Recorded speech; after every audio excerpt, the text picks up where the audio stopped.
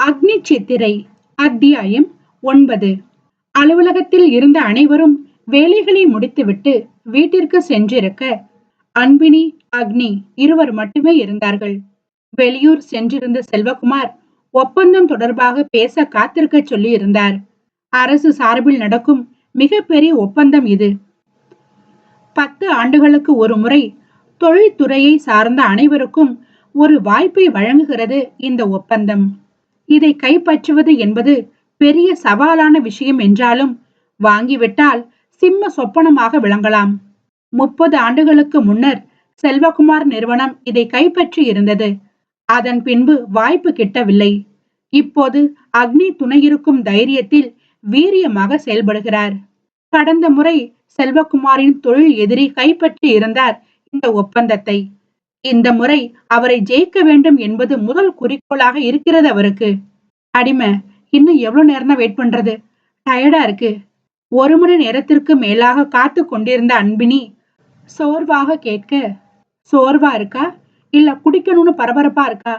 மடிக்கணினியில் பார்வையை வைத்திருந்தவன் பார்வையை மாற்றாமல் நக்கல் செய்தான். அடிமை, முதலாளி பொண்ணுகிட்ட பேசுற மாதிரியா பேசுற? எல்லாம் எங்க அப்பா கொடுக்கிற இடம் என்று சோர்வில் மேஜை மீது படுத்து கொண்டாள். உனக்கெல்லாம் பார்ட்டியில் இடம் கொடுத்தான் பாரு, அவனை செருப்பால அடிச்சிருந்தா நீ இந்த மாதிரி 6 மணிக்கு மேல கை அரிக்க புலம்ப மாட்ட என்றவன் மீது மேஜையில் இருந்த பென்சிலை தூக்கி அடித்தாள். அடித்த பொருள் அவன் மேலே படாமல் வேறெங்கோ பட வேறு பொருளை தூக்கி அடித்தாள்.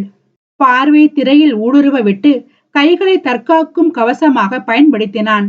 தன்னை தாக்க வந்த பொருளை கேட்ச் பிடித்து அதில் அதிசயித்து பார்த்தவள், அக்னி, எப்படி பார்க்காம கரெக்டா கேட்ச் பிடிச்ச என்ற ஆச்சரியம் கலந்த சந்தேகத்தை அவன் முன்பு வைக்க பதில் அளிக்கவில்லை அவன். உன்னதான் அடிமை கேக்குறேன் என்றவளை கண்டுகொள்ளாமல் தன் வேலையில் கவனமானான். அவனின் உதாசீனம் கோபத்தை கொடுத்தது அன்பினிக்கு. அக்னியின் விழிகள் தன்னை பார்க்க வேண்டும் என்பதற்காக ஒவ்வொரு பொருளாக அவன் மீது தூக்கி அடித்தாள்.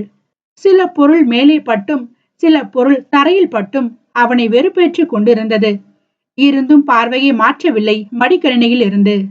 ரொம்ப பண்ணாத அக்னி, எவ்வளவு நேரமா கூப்பிட்டு இருக்கேன், ஒரு தடவை பார்த்தா என்ன என்றவள் முகம் உண்மையாகவே சோர்வில் இருந்தது. அப்போதும் பதில் தர விரும்பவில்லை அக்னி. தோல்வியை தழுவியவள் மீண்டும் மேஜையில் கண் மூடினாள். நொடிக்கு ஒரு முறை அவனை நிமிர்ந்து பார்க்க அசைவில்லை அவனிடம். கண்மூடி படுத்தவள் முகத்தில் கைகளை வைத்துக் கொண்டு அவன் அறியா வண்ணம் ஓரக்கண்ணால் விரல்களுக்கு இடையில் அவன் பார்க்கிறானா என ஆராய்ந்தாள். கொஞ்சம் கூட அசைவில்லை அவன் உடலில். பார்வை மடிக்கணினியில் இருக்க கருவிழிகள் அங்கும் இங்கும் அசைந்து கொண்டிருந்தது. பாதி உடல் இருக்கையில் நேராக அமர்ந்திருந்தது.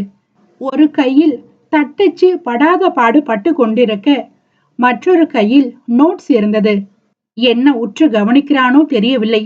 அடிக்கடி நெற்றியில் சுருக்கங்கள் விழுந்தது. ஏசி அவனுக்கு நேராக இருக்க நேரடி காற்று கேசத்தை அசைத்து கொண்டிருந்தது. ஆராய ஆரம்பித்தவள் ரசிக்க தொடங்கிவிட்டாள். குதிரைக்கு கடிவாளம் கட்டியது போல் திரையில் மட்டுமே அவன் பார்வை இருக்க ஓரக்கண்ணால் பார்க்க வைத்தது அலைபேசி ஒலி. உடலை அசைக்காமல் பார்வையை மட்டும் வலதுபுறம் திருப்பியவன் மீண்டும் திரையில் பார்வையை பதித்தான். அதை பார்த்தவள் மூளை ஒரு ஐடியா கொடுக்க உடனே தன் போனில் இருந்து அழைப்பு விடுத்தாள். இந்த முறையும் ரோபோ போல விழிகளை மட்டும் கைபேசியின் திரையில் பதித்தவன் எதிரில் இருப்பவளை முறைத்தான். அவளோ மேஜையில் கண்மூடி படுத்திருக்க அமைதியாக தன் வேலையை கவனித்தான். சத்தம் வராமல் சிரித்தவள் மேஜைக்கு கீழே கைபேசியை வைத்துக் கொண்டு மீண்டும் அழைக்க மீண்டும் முறைத்தான். 2வது முறைக்கே முறைத்தவன் 6வது முறையாக அழைக்கும் போது பென் ஸ்டாண்டை அவள் மேல் படாதவாறு தூக்கி அடித்தான். சத்தமிட்டு சிரித்தவள் இப்போது அவன் எதிரில் நின்று கொண்டு அழைக்க, டாக்குமெண்ட் ரெடி பண்ணிட்டு இருக்கேன், டிஸ்டர்ப் பண்ணாத என்று வேலையை கவனித்தான். அவனை கண்டு வக்கனை செய்தவள் அருகில் சென்றாள். காதில் மெதுவாக அடிமை என்று அழைக்க திரும்பவில்லை. தன் முடியை நன்றாக சுருட்டி அவன் காதில் விட முறைத்தான் கடுமையாக. காதோரத்தில் மீண்டும் சத்தம் வராமல் சிரிப்பை கொடுத்தவள் கழுத்தில் இறங்கி வருட ஆரம்பித்தாள். போன ஜென்மத்தில் கடும் தவம் செய்யும் முனிவராக இருந்திருப்பான் போல. அவள் தீண்டுகிறாள் என்பது தெரிந்தும் வளைந்து கொடுக்கவில்லை. அக்னியின் மேனரிசம் என்னவோ செய்ய தோளில் கைகளை மாலையாக்கினாள். நெஞ்சில் விழும் கைகளை பிடித்தவன் கடுமையாக முறிக்க, அக்னி வலிக்குது என்றாள். தன் மேல் பட்ட கைகளை வீசி அடித்தவன் திரையை கவனிக்க, சற்று நேரம் ஓய்வெடுத்தவள் மீண்டும் சீண்ட ஆரம்பித்தாள். பொறுமையா சொல்லும் போதே கேட்டுக்கோ, கோவப்படுத்தாத என்று விட்டு தன் வேலையை கவனிக்க, அடங்குவதாக இல்லை அன்பினி. பொறுத்திருந்தவன் நிலைமை மோசமாக பக்கத்து அறைக்கு செல்ல முயன்றான். கதவை மறைத்து நின்றவள், நீ ஏன் இப்படி இருக்க அக்னி? இப்படி ஒரு பொண்ணு தானா கிட்ட வரா, கொஞ்சம் கூட மதிக்காம போற, இதான் உங்ககிட்ட மயங்க வைக்குது என்றவளின் பார்வை மயக்கத்தோடு அளந்தது அவனை. வழிவிடு, எனக்கு வேலை இருக்கு. பார்வை கூராக, இங்க இருந்தே பண்ணு என்றாள். எனக்கு ஆர்டர் போடுற உரிமை உனக்கு கிடையாது, நகரு என்றவன் அவளை தள்ளிவிட்டு நகர, பின்னால் ஓடியவள் கட்டி நின்றாள். உடலில் பட்டாசு துகள்கள் பட்டது போல வெடித்து சிதற்றினான் அவளை. வேகமாக தள்ள கீழே விழுந்தவள் முட்டி பலமாக அடிபட்டது. வழியில் சுருண்டு படுத்தவள் எழாமல் இருக்க, அவ்வளோதான் உனக்கு, பொன்னாடி நீ எல்லாம் எப்ப எவன் கடப்பான்னு இருப்பியோ, இன்னொரு தடவை நெருங்கி பாரு, அப்புறம் இருக்கு என்றவன் அவளை கண்டுகொள்ளாமல் சென்று விட்டான். அரை மணி நேரங்கள் கடந்து செல்வகுமார் அழைத்த பின்தான் மடிக்கணினியை மூடி வைத்தான். மீட்டிங்கிற்கு அழைக்க அன்பினியிடம் சொல்வதற்காக வெளியில் வந்தான். அவன் எங்கு தள்ளிவிட்டு சுருண்டு விழுந்தாளோ அந்த இடத்தில் அப்படியே கவிழ்ந்து படுத்திருந்தாள். பதட்டம் கொள்ளாதவன் அருகில் சென்று ஷூ கால்களால் தரையை தட்டினான். எந்த அசைவும் இல்லை அவளிடத்தில். சந்தேகம் கொண்டு தொடலாம் என்று சென்றவன் நாகரிகம் கருதி கையை எடுத்துக்கொண்டு அன்பினி என்றழைத்தான். கால்களை வயிற்றில் மடக்கியவாறு படுத்திருந்தவளை மீண்டும் அழைக்க அசைவில்லை உடலில். அப்போதுதான் பதட்டம் சூழ ஆரம்பித்தது அவனை. ஒரு காலை மடக்கி அவள் அருகில் அமர்ந்தவன் எழுப்ப முயன்றான் தொட்டு. மெதுவாக ஆரம்பித்தவனின் குரல் வேகமாக அழைக்க ஆரம்பித்தது அவளை. கவிழ்ந்து இருந்த உடலை நிமிர்த்தி மடியில் தாங்கி, அன்பு எந்திரிடா என்றவன் குரலில் அளவு கடந்த பயம் தொட்டி கொண்டது. அன்பு இங்க பாரு.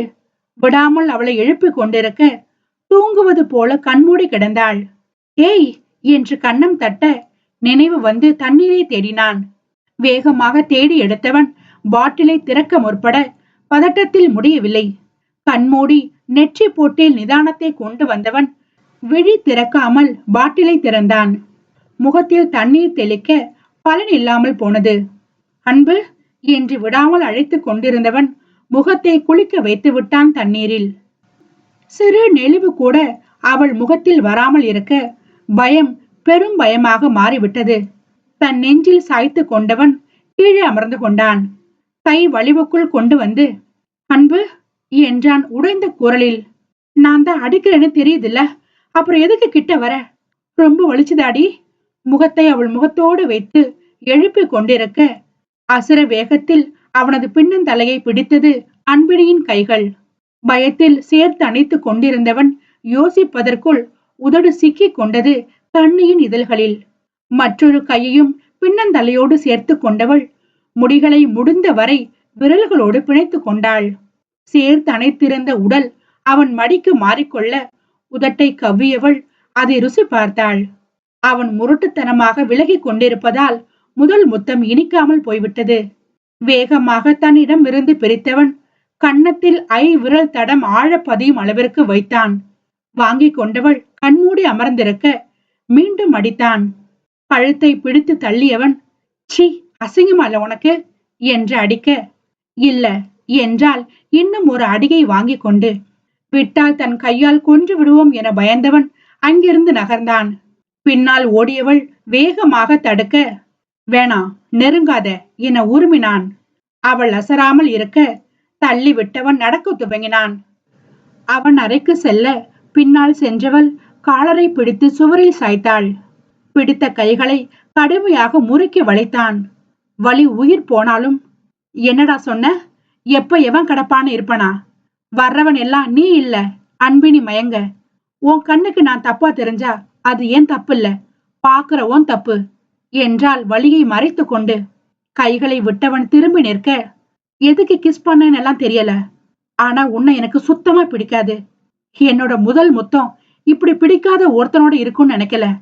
அதே நேரம் கொடுத்தத தப்புன்னு ஏத்துக்க முடியல. நான் உன்னை ரசிக்கிறேன் அக்னி, உன்னை மட்டும்தான் என்று வெளியேறிவிட்டாள். இருவருக்குமான பேச்சுவார்த்தையில் செல்வகுமார் பலமுறை அழைத்து விட்டார். அங்கு ஒப்பந்தம் தொடர்பாக சுழன்று கொண்டிருந்தவர் நேரத்தை ஒதுக்கி மீட்டிங்கிற்கு ஏற்பாடு செய்திருக்க இருவரால் சொதப்பப்பட்டது. வெளியே சென்ற அன்பினி எதற்காக இச்செயலை செய்தோம் என்று தன்னை தானே திட்டிக் கொண்டிருந்தாள். அவன் பேசியது உண்மை என்பது போல அடங்கி போன மனதை காரி துப்பிக் கொண்டிருந்தாள். உள்ளே இருந்த அக்னி சந்திரனின் மனம் ஒரு நிலையில் இல்லை. பெண் நெருங்கும் அளவிற்கு இடம் கொடுத்ததை நினைத்து வேதனையுற்றான். தனக்காக அங்கு ஒரு பெண் காத்திருக்க தெரிந்தோ தெரியாமலோ வேறொரு பெண்ணோடு ஏற்பட்ட முதல் உறவை நினைவில் இருந்து அழிக்க நினைத்தான். இருவரும் அழைப்பை எடுக்காமல் இருக்க செல்வகுமார் புலம்ப ஆரம்பித்தார் தன் மகனிடம். விக்ரம் தங்கைக்கு அழைக்க அவள் அதையும் எடுக்கவில்லை. அடுத்ததாக அக்னி சந்திரனை அழைத்தான். இந்த முறை கவனம் நிதானம் கொண்டதால் அழைப்பை எடுக்க செல்வகுமார் கைக்கு மாறியது போன். சாரி சார், கொஞ்சம் ஒர்க் என்று சமாளித்தான். பரவாயில்ல அக்னி, நான் உங்களுக்கு ஏதோ பிரச்சனைன்னு கொஞ்சம் டென்ஷன் ஆயிட்டேன், அவ்வளவுதான் என நிம்மதி அடைந்தார். பேச்சுக்களுக்கு இடையே மகளை பற்றி விசாரிக்க அவனோ நழுவ பார்த்தான். இருப்பினும் செல்வகுமார் விடாமல், அக்னி அவளும் போனை எடுக்கல, கொஞ்சம் போனை கொடு என்றார். அதற்கு மேலும் தடை சொல்ல முடியாமல் அவள் முன்பு நின்றான். எந்த யோசனையும் இன்றி சாதாரணமாக அமர்ந்திருந்தாள். மேஜையை தட்டியவன் போனை நீட்ட யார் என்ற யோசனையில் காதில் வைத்தாள். தந்தையின் குரலை கேட்ட பிறகு, ஒண்ணு இல்லப்பா, போன் சைலண்ட்ல இருக்கு, நீங்க ஃப்ரீயா இருந்தா சொல்லுங்க, இப்போ மீட்டிங் வச்சுக்கலாம் என்றவளுக்கு, இல்ல அன்பினி, அது முடியாது, நாளைக்கு காலையில 7 மணிக்கு ஆபீஸ் வந்துடுங்க, நாளைக்கு பேசியே ஆகணும், எந்த சாக்கும் சொல்லாம 2 பேரும் அட்டன் பண்ணுங்க என்றவர் அழைப்பை துண்டித்து விட்டார். அடிமை, நாளைக்கு காலையில மீட்டிங் இருக்கு, சீக்கிரம் வந்துரு என்று சாதாரணமாக பேசினாள். அவனும், சரி நீங்க கிளம்புங்க, அப்பதான் காலையில சீக்கிரம் வர முடியும் சாதாரணமாக சொன்னான். எனக்கு போக தெரியும், நீ கிளம்பு என்று சட்டம் பேசியவளை முறைத்தவன், இப்ப மணி 12, என்னால வீட்டுக்கு போயிட்டு வர முடியாது என்றான். சோ இந்த மாதிரி நேரத்துல எப்போதும் ஆபீஸ்ல தங்குறதான் பழக்கம், நீங்க கிளம்புங்க என்று இருவரும் எதுவும் நடக்காதது போல பேச்சுவார்த்தை நடத்தி கொண்டிருந்தார்கள். என்றவள் பார்வை தொடர்ச்சியாக வாசல் பக்கம் சென்றது. அங்கு யாரோ நிற்பது போல தோன்ற நன்றாக தலையை சாய்த்து பார்த்தாள். அவள் பார்ப்பதை அறிந்து அக்னியும் திரும்பி பார்க்க அங்கு யாரும் இல்லை. எழுந்தவள், அக்னி, யாரோ நிக்கிற மாதிரி இருக்கு என்று வாசல் நோக்கி நகர, இந்த டைம்ல யாரும் வரமாட்டாங்க என்றவாறு அவனும் நகர்ந்தான். வாசல் அருகில் இருவரும் நிற்க யாரோ வெளியில் நிற்பதை உணர்ந்தார்கள். ஒருவரை ஒருவர் பார்த்து கொள்ள அன்பினி ஒரு அடி முன் வைத்தாள். அவளை தடுத்தவன் முன் நகர இப்போது அவள் தடுத்தாள். என்றவன் கதவு திறந்திருந்த அரை வாசல் பக்கம் நின்றான். அவளை பார்த்து, பின்னால வராத அன்பு என்று சைகை செய்தவன் கால்களை நகர்த்த வேகமாக அக்னியின் கைகளை பிடித்த அன்பினி, அக்னி வேண்டாம், நான் போறேன் என்றால் சத்தம் வராமல். இப்ப எதுக்கு சீன் போட்டுட்டு இருக்க, பேசாமல் இல்ல என்று காற்று நிரம்பிய வார்த்தையை அவளிடம் கொட்டியவன் வாசல் சுவற்றில் ஒட்டி நின்றவாறு நகர்ந்தான். இன்னும் ஒரு அடி வைத்து விட்டால் வெளியில் சென்று விடலாம் என்ற நிலையில் அவன் தைரியத்தோடு நகர, பயமா இருக்கு அக்னி, போகாத பிளீஸ் டா என்ற அன்பினி அவன் மார்பில் சாய்ந்து கொண்டாள். கோபத்தோடு தள்ளியவன் அடிக்க கை ஓங்க அவள் முகத்தில் தெரியும் பயத்தை கண்டு அமைதியாகிவிட்டான். நான் போறேன், நீ இரு என்று அவனுக்கு முன்னால் நிற்க, ஒண்ணு ஆகாது, நீ பின்னாடி வா என அவளை பின்னால் நிறுத்தினான். அன்பினி பாதுகாப்பாக நிற்கிறாள் என்பதை உறுதிப்படுத்தியவன் வேகமாக அரை வாசல் முன்பு நிற்கும் நேரம் எதிர்ப்புறம் ஓடியவள் கதவை சாற்றி விட்டாள். திடுக்கிட்டு திரும்பியவன், நீ என்ன லூசா, இப்ப எதுக்கு கதவை சாத்தின, எவனாவது இருந்திருந்தா இந்த சத்தத்துல உஷாராகி ஓடி இருப்பான் என்று சிடுசிடுத்தான். பரவாயில்ல, நீ வெளியே போகாத என்றாள் பதட்டமாக. நீ சொல்றதை எல்லாத்தையும் கேட்டுட்டு இருக்க என்னால முடியாது என்றவன் கதவை திறக்க, சொல்லிட்டு இருக்கல்ல போகாதன்னு, சொன்னா கேட்க மாட்டியாடா நீ என்று அவன் சட்டையை பிடித்து உலுக்கினாள். சட்டை விடு, அக்னி கோபத்தோடு கூற, விட முடியாது. ஏன், விட்டா நீ வெளியே போவ அதனால உனக்கு என்ன பிரச்சனை? அதெல்லாம் ஒரு பிரச்சனையும் இல்ல, நீ போக கூடாது, அவ்வளவுதான். தீர்க்கமாக சொல்லி முடிக்க கேட்கவில்லை அவன். வலுக்கட்டாயமாக சட்டையை பிடித்திருந்த அவள் கைகளை எடுத்தவன் கதவின் மீது கை வைக்க, சொன்ன கேட்க மாட்டியாடா? அப்படி என்ன திமிர் உனக்கு? நீ பாட்டுக்கு போற, அவ ஏதாவது பண்ண என்ன பண்ணுவ? நைட் நேரம் வேற, எமர்ஜென்சிக்கு யாரையும் கூப்பிட கூட முடியாது. அறிவுகட்டத்தனமா பண்ணாத அக்னி. நான் அப்பாவுக்கு போன் பண்ணி கேமரால யாரு இருக்கான்னு பார்க்க சொல்றேன் என்று சத்தமாக கத்தினாள். அதில் அக்னியின் மனம் அவளிடம் சிக்கிக் கொண்டது. புருவம் சுருங்க அன்பினியை உற்று நோக்கினான். கோபத்தில் உதடுகள் துடித்தது. பிடித்திருந்த கைகள் அளவுக்கு மீறி நடுங்க, கண்கள் படபடக்க, இனம் புரியாத கலவரத்தில் எதையோ காப்பாற்ற போராடியது. ஏசி அறையில் வேர்வை பூத்திருக்க முகம் சிவந்திருந்தது அன்பினிக்கு. அன்பு என்றதும் அவனை அணைத்துக் கொண்டாள். போகாத, வேணா அக்னி, அன்னைக்கு என்ன கூட்டிட்டு போயிட்டாங்க என்றவள் அதற்கு மேல் பேச முடியாமல் சிரமப்பட யோசனையோடு நினைவை புரட்டினான். அன்பினி தலை மீது கை வைத்து தடவியவன் கட்டி கொள்ள தலை உயர்த்தி பார்த்தவள் பழையபடி கட்டி கொண்டாள். அவளை சமாதானப்படுத்த நினைத்து பேச ஆரம்பிக்கும் நேரம் சித் என்ற மகேஷின் குரல் கேட்டது இருவருக்கும். சுயம் பெற்றவர்கள் விலகி நிற்க, நான் தான் மகேஷ் என மீண்டும் குரல் கொடுத்தான். மூச்சை நன்றாக உள் இழுத்து வெளியே தள்ளியவள் உள்ளவா என்றாள். அதற்குள் அக்னி கதவை திறந்திருக்க இருவருக்கும் காட்சி அளித்தான் மகேஷ். இப்படித்தான் வந்து நிப்பியா? ஒரு போன் பண்ணிட்டு வர வேண்டியதானே? யாரோ என்னமோ நினைச்சு அவ்வளோ பயந்துட்டோம். ஏதோ திருடன் நினைச்சு அடிச்சிருந்தா என்ன பண்ணிருப்ப? அறிவில்லை உனக்கு? இந்த நேரத்துல எதுக்கு வந்த என்று திட்டினாள். ஏது, நீ பயந்தியா என்றவன் சிரிக்க ஆரம்பித்தான். ஸ்டாப் இட் என்றவள் குரலில் கடுமை. பின்ன என்ன சித், நீ எல்லாம் பயப்படுறாளா? இவன் பயந்தான்னு சொன்னா கூட ஓரளவுக்கு ஒத்துப்பேன் என்றதும் அக்னி முறைக்க, எதுக்கு வந்தேன்னு கேட்டேன் என்றாள் அன்பினி. என்ன சித் நீ இப்படி கேக்குற? ஏதாச்சும் காரணம் இருந்தா தான் உன்னை பார்க்கணுமா? நாம அப்படியா பழகிருக்கோம்? இப்ப எல்லாம் நீ ரொம்ப மாறிட்ட. ஃப்ரெண்ட்ஸ் தான் எப்பவும் முக்கியம்னு பேசின, என் சித்து நீ இல்ல. பார்த்து ஒரு வாரம் ஆயிடுச்சேன்னு நேரம் ஒதுக்கி பார்க்க வந்தா நல்லா அசிங்கப்படுத்திட்ட என்றவன் கிளம்பினான். நினைவு திரும்பியவளாக அவனை தடுக்க, வேணா சித், நான் கிளம்புறேன். உனக்காக நம்ம ஃப்ரெண்ட்ஸ் எல்லாரையும் கூப்பிட்டு பார்ட்டி அரேஞ்ச் பண்ணியிருக்கேன். சர்ப்ரைஸா உன்னை கூட்டிட்டு போய் காட்டலான்னு ஆசையா வந்தேன் பாரு என்ன சொல்லணும். அவள் அழைக்க அழைக்க நடையை கட்டினான். Sorry Mahesh, office tension plus இவ்வளோ நேரம் யாரோ என்னவோன்னு பயந்தது எல்லாம் சேர்ந்து இப்படி பேசிட்டேன், தப்பா நினைக்காம வா என்று அவள் கை பிடித்தாள். உடனே மனம் இறங்கியவன், இதுக்கு எதுக்கு சித் சாரி எல்லாம் என்று சகஜமாக இருக்கையில் அமர்ந்தான். இருவரும் நட்பு வட்டாரங்களை பற்றி பேசிக் கொண்டிருந்தார்கள். நடப்பது அனைத்தையும் பார்வையாளராக பார்த்து கொண்டிருந்த அக்னியை கவனித்த மகேஷ், இவன் எதுக்கு இன்னும் இங்க இருக்கான் என கேட்டான். அப்பா மீட்டிங் இருக்குன்னு சொல்லி இருந்தாரு மகேஷ், அதனாலதான் 2 பேரும் இங்க இருக்கோம். இப்ப மீட்டிங் கேன்சல் ஆகி காலையில பாத்துக்கலாம்னு சொல்லிட்டாரு. கிளம்புற நேரம்தான், நீ வந்துட்ட என்றதும் ஓ என்ற ஓசை கொடுத்தவன் அக்னியை பார்க்க, அவனோ பார்வையால் துளைத்து கொண்டிருந்தான் இவனை. அப்பார்வை அவனுள் வெட வெடக்க, எதுக்கு அப்படி பாக்குற என்றான். பார்வையை மாற்றாதவன், நீ எப்ப வந்த என்றான். பதட்டமான மகேஷ், இப்பதான் கொஞ்ச நேரத்துக்கு முன்னாடி என்றான். எவ்வளவு கொஞ்ச நேரத்துக்கு முன்னாடி? மீண்டும் அக்னி கேட்க, அன்பினியை ஒரு பார்வை பார்த்தவன், நீங்க 2 பேரும் உள்ள பேசிட்டு இருக்க சத்தம் கேட்டதால வெளியவே நின்னுட்டு இருந்தேன். அப்புறம் டக்குன்னு கதவை சாத்திட்டீங்க, அதனாலதான் குரல் கொடுத்தேன் என்றான். என்ற அக்னி பார்வைகளால் கேள்வி எழுப்ப பதில் சொல்ல மறுத்தது மகேஷின் முகம். அக்னி உக்காரு என்றவளை மகேஷ் கடுப்போடு பார்க்க, எனக்கென்னமோ நீ ரொம்ப நேரமா எங்களை பார்த்துட்டு இருந்த மாதிரியே தோணுது என்றான் அக்னி.